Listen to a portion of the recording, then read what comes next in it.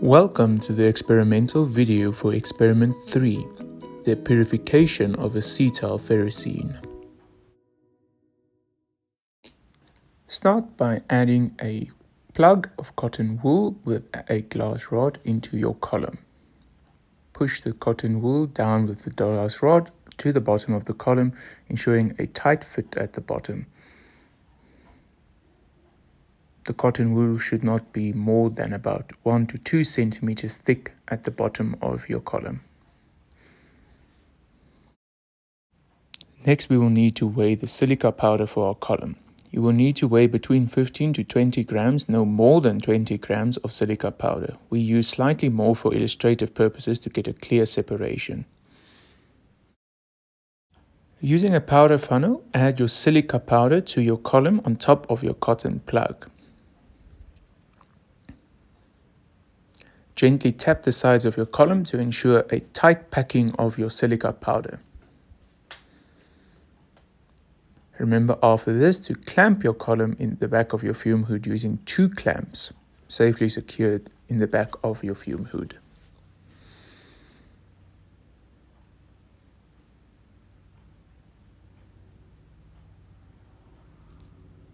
Once your column is fastened safely in the back of your fume hood, you can use the rubber stands or a rubber stand to tap your column once again to ensure that you have a tightly packed column.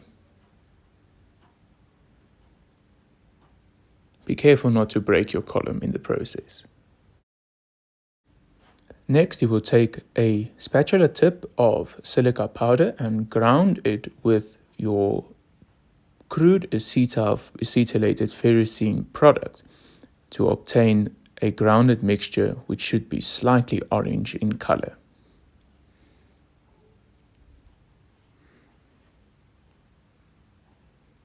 You will then add this ground up mixture to the top of your column, again using a powder funnel,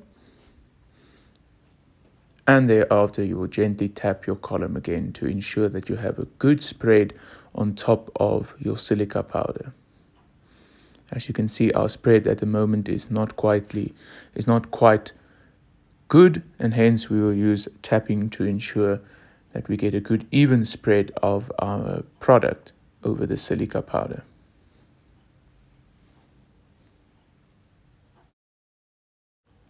Now you will need to weigh 1 to 2 grams, no more than 2 grams of sea sand to form the top plug of your column. Again, using the powder funnel, you will add that to the top part of your column on top of your ground up sample. This will form a top plug for when you add your eluent, that it does not disturb your column at all. Again, gently tap the sides of your column to ensure an even layer on top of your product. Switching to a regular funnel, we will now add our first eluent, which is hexane. Adding hexane to the column will now start to develop the column and separate the first of our 2 bands, whichever that may be. You can always gently tap the column to ensure that you have an even band spread from the beginning. A good elution, you will need to make observations in terms of which color elutes first. In other words, so you can make the correlation of which product elutes first. And once you get to a point where you would like to start collecting that specific product, which is eluting first, switch from a waste beaker to a beaker which will be collecting that hexane fraction, so that you can later on determine what that product is. You can of course also use that pure hexane which you've eluted to elute further, because there's nothing wrong with that hexane.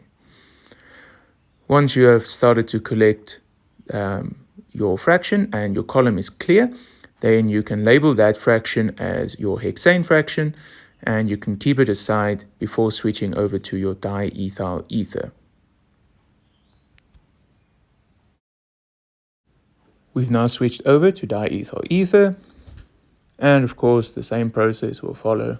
We will allow the band to elute through the column and collect it again as we did for the hexane fraction. Eventually, we would have collected our diethyl ether fraction, and we can now compare the 2 colors from the one from our hexane fraction and the other from our diethyl ether fraction. And clearly we can see a color difference. You can also place these two fractions on a hot plate to collect a mild hot plate, to collect the pure product from the solutions, if you would like. You can also discard these two immediately in waste if you are running out of time. Correct drying should give you your two products as shown here.